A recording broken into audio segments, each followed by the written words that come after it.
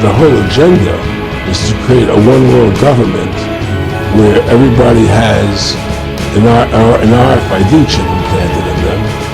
All money is to be in those chips.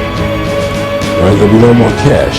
And this is given me straight from Rockefeller himself. This is what they want to accomplish. And all money will be in your chips. And if you're like me or you, and you're protesting what they're doing, you can just turn off your chip. And you have nothing.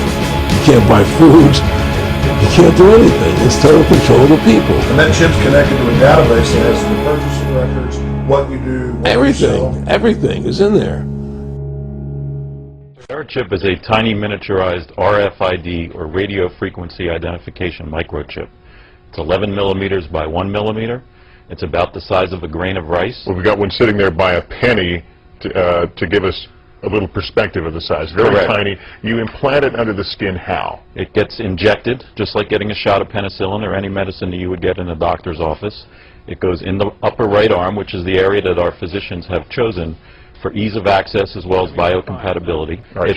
Show me how this works, because you've got a scanner here, and you have a chip implanted. Is it underneath your right arm? It's in the right arm. You power up a scanner, and you simply scan the arm. And once you scan the arm, you'll see that the identification information. And on the laptop here you have it hooked up to, it says some number, but that doesn't tell me anything about your health condition. Now, from that number, they access your health records. Right, that's correct. If you go into further detail on the database about Scott Silverman, it'll have my driver's license information, it'll have medical information, it'll have financial information, and it'll have security information for ingress and egress into facilities.